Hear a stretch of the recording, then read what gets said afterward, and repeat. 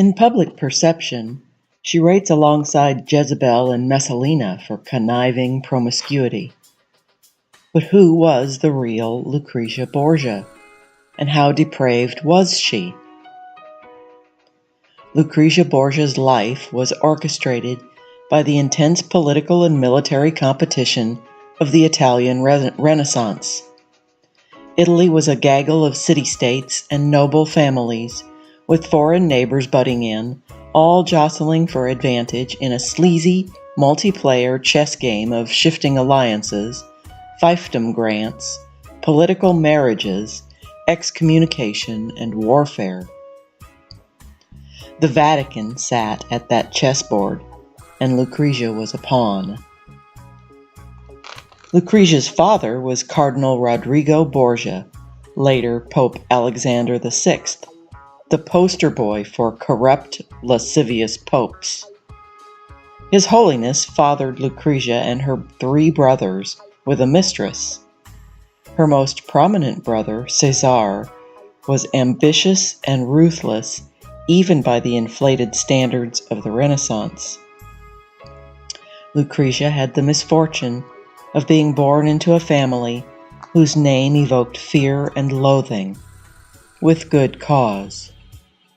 In the year 1493, when Lucrezia reached the age of 13, her father married her off to Giovanni Sforza to cement an alliance with Sforza's powerful Milanese clan, thus boosting Cesare's fortunes.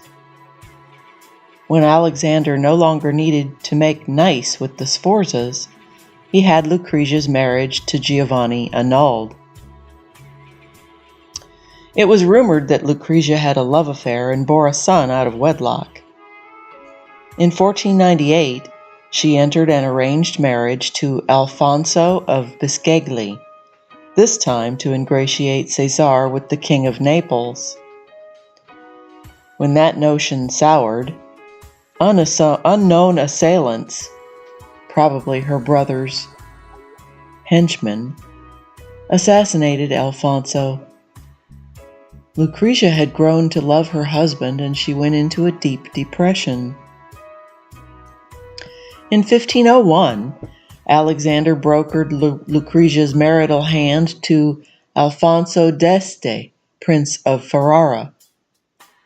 The new bride's sister-in-law, Isabella, delighted in snubs and snippy comments, but Lucrezia now knew the game. While keeping up appearances as a noble, dutiful Ferrarese matron, she carried on with Isabella's husband. After the deaths of Alexander in 1503 and then Cesare in 1507, Lucretia could finally settle down.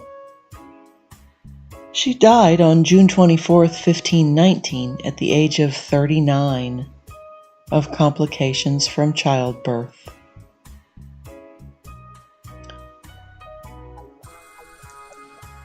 Detractors love to paint Lucrezia as a Renaissance floozy with a poison-filled ring who had incestuous relationships with her father and brother. It makes lurid reading, but the sliver of truth in such allegations is rather dull and tame. She did have lovers between marriages and outside of wedlock, as did many in her time. Living as a political pawn, can anyone blame her for wanting romantic flings? It would be peculiar if she hadn't. There's no evidence supporting the incest slander, but there is good reason to reject it. Unlike her father and Cesare, Lucrezia had authentic religious scruples. Her consent would be unthinkable. She remained fond of each unto his death and mourned both. Would she have lamented those who had traumatized her? Her later life is inconsistent with childhood molestation. She adjusted well, had a healthy love life when she could, and was never self-destructive. Some aspersions were bandied during her life, mainly as weapons against the Borgias. spurred by Cesare's atrocious conduct. In 1833, Victor Hugo wrote a play that painted Lucrezia as a princess of poison, reveling in each toxic takedown. This, not actual history, has adhered to the public perception. It libels a pleasant, loving woman whose fortunes were dictated mainly by men of great power and limitless greed.